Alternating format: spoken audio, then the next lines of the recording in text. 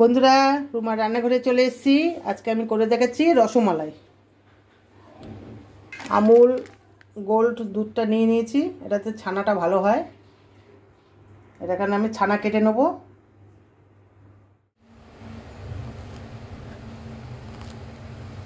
দুধটা ফুটে উঠেছে,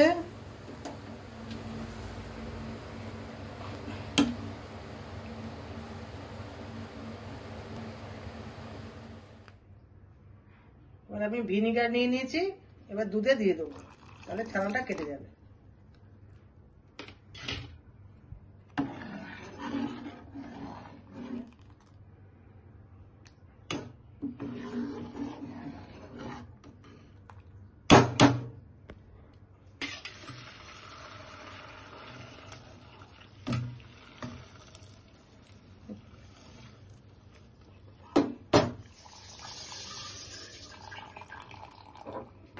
একটু ঠান্ডা জল দিয়ে দিলাম, টক ভাবটা কেটে যাবে।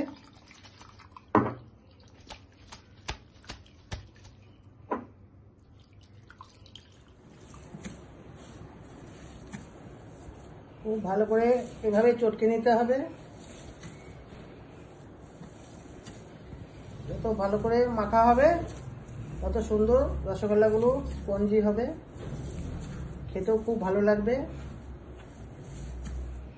ছানার মন্ডটা মাখানো হয়ে গেছে, এবার ছোট ছোট করে লেচি করে এরকম ছোট ছোট করে বল করে নিচ্ছি।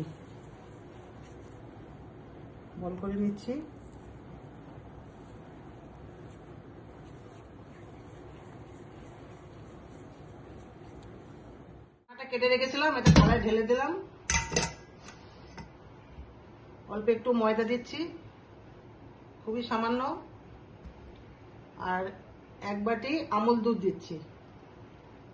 এটা দিয়ে ছোট ছোট বল করে নেবো রসগোল্লার মতো।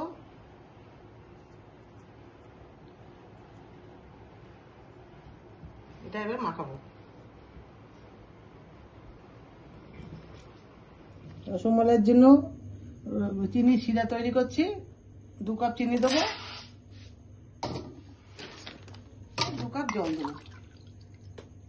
2 কাপ চিনি, 2 কাপ জল, আর একটা এলাচ দিয়ে দেবো।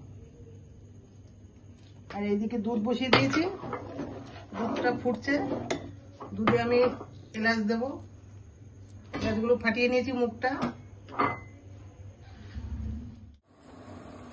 ছানার বলগুলো বানানো হয়ে গেছে, এবার চিনির শিরার মধ্যে দেবো। চিনির শিরাটা ফুটছে টকবক করে, এবার এর মধ্যে দিয়ে দিচ্ছি সব।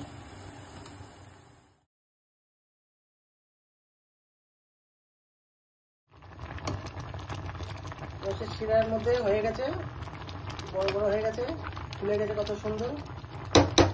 এটা এবার দুধের মধ্যে দিয়ে দেবো। ছানার বলগুলো দিয়ে দিয়েছি, এটা এখন 10 মিনিট ফুটবে।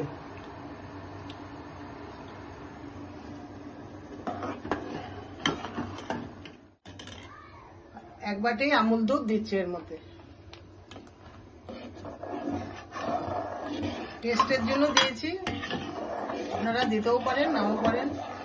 আমুল দুধটা দিলে খুব ভালো টেস্ট হয়, তার জন্যই আমি দিচ্ছি।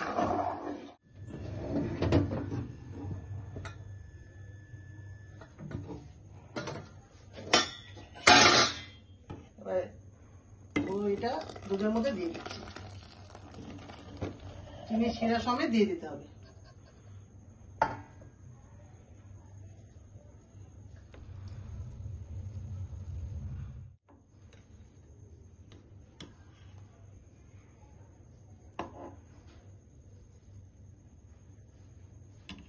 রসমালাই আমার হয়ে গেছে। আজকের ভিডিও এতটাই, আবার দেখা হচ্ছে পরের ভিডিও।